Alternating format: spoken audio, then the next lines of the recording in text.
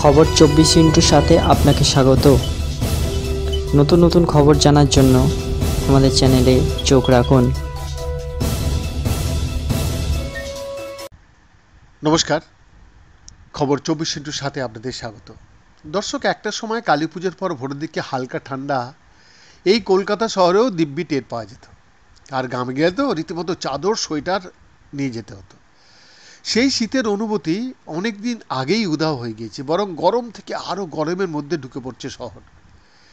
এই যে অক্টোবর চলে গেল, গত মাসটা ছিল দেশের ইতিহাসে 120 বছরের মধ্যে উষ্ণতম অক্টোবর। হাওয়া অফিস জানিয়ে দিয়েছে নভেম্বরেও শীতের অনুভূতি মিলবে না। নভেম্বরে উত্তর পশ্চিম ভারতের কিছু এলাকা বাদে দেশের বাকি সব জায়গায় তাপমাত্রা স্বাভাবিকের চেয়ে বেশিই থাকবে।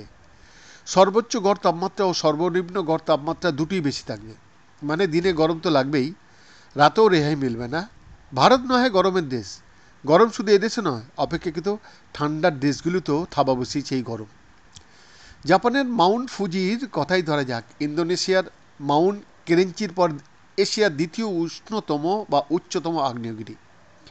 হনসু দ্বীপের এই আগ্নেয় পাহাড় টোকিও থেকেও দেখা যায়। মাউন্ট ফুজি জাপানিদের কাছে খুব পছন্দের ঘুরতে যাওয়ার জায়গা। জাপানি সংস্কৃতির সঙ্গে জুড়ে আছে এই পাহাড়ের নাম। একটা সময় পাহাড়ের মাথায় বরফের ছবি তুলতেন পর্যটকরা। এবছর অক্টোবরে সে দৃশ্য আর দেখা যায়নি। মাউন্ট ফুজির মাথায় বরফ দেখা গেল না। 130 বছরের মধ্যে এই প্রথম অক্টোবর মাসে মাউন্ট ফুজিতে বরফ পড়ল না।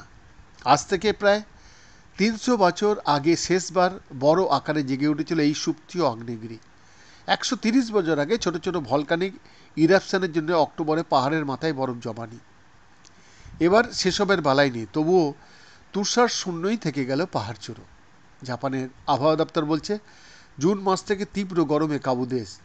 জাপানের ওপর দিয়ে টানা বয়ে চলেছে গরম সামুদ্রিক বাতাস।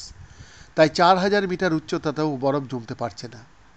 বরফ না পড়ায় ওয়ার্ল্ড হেরিটেজ সাইট মাউন্ট ফুজিতে এবছর দর্শকদেরও ভিড় নেই।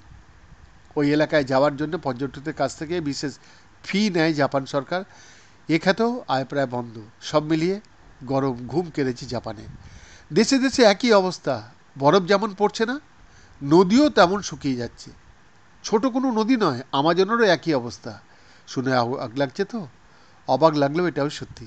শুকিয়ে যাচ্ছে বিশ্বের বৃহত্তম নদী আমাজন। বৈদ্যনাথ দাসের রিপোর্ট, খবর 24x7।